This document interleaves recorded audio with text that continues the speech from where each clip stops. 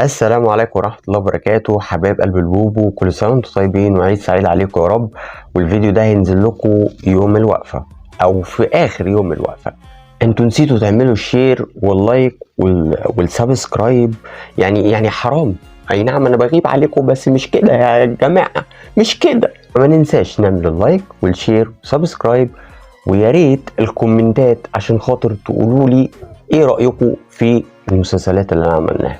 وتعالوا نشوفوا مسلسل العتاولة والحلقة الأخيرة. مسلسل العتاولة والحلقة الأخيرة صدمني صراحة. أنا قلت إن عيسى الوزان باي من غير سلام هو اللي هينتصر على الخير، والموضوع غير كده صراحة. أنت جريتي ليه؟ في معانا واحدة هنا لسه بتتفرج على مسلسل ما شافتش الحلقة الأخيرة، أنا شفتها. يا حاجة خدي خدي هنحط يافطة العتاولة هنا. المسلسل في الاول خالص انا كنت بنتقده لحاجات كتيره قوي، اللي هو يعني انتوا ازاي بتجيبوا حاجات كده بتحصل في قلب بعض وسرقه ونصب وعالم ده غير ابنه والموضوع كبير حضرتك، فانتوا ازاي كده يعني مشوها كده. طيب المسلسل فاجئني صراحه من ناحيه الشخصيه بتاعت نصار اللي هو بيقدمها احمد السقا، وشخصيه جميله جدا وفعلا حرفيا ترند مصر الاول. والله يا سقا الله اكبر عليك. مع عيسى الوزان فباي من غير سلام فهو عمل ما يعمل حضرتك. ربنا يستر وما نلاقيش عيسى الوزان في الحقيقه، فعلا هو اكيد موجود بس ما يظهرش بالطريقه دي.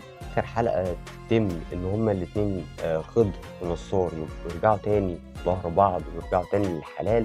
فدي حاجه احنا ما بنشوفهاش في مسلسلات رمضان كتير، خد بالك.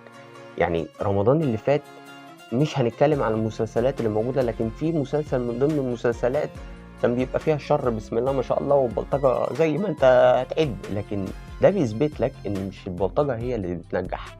وزي ما قال عيسى الوزان، قال لك الناس بتحب الشر، فالناس انا اللي هنتصر. والله كلمة جميلة قوي يا ريس، والله العظيم صدقني العتاولة دولة جوه الدولة بس احنا مش شايفينها.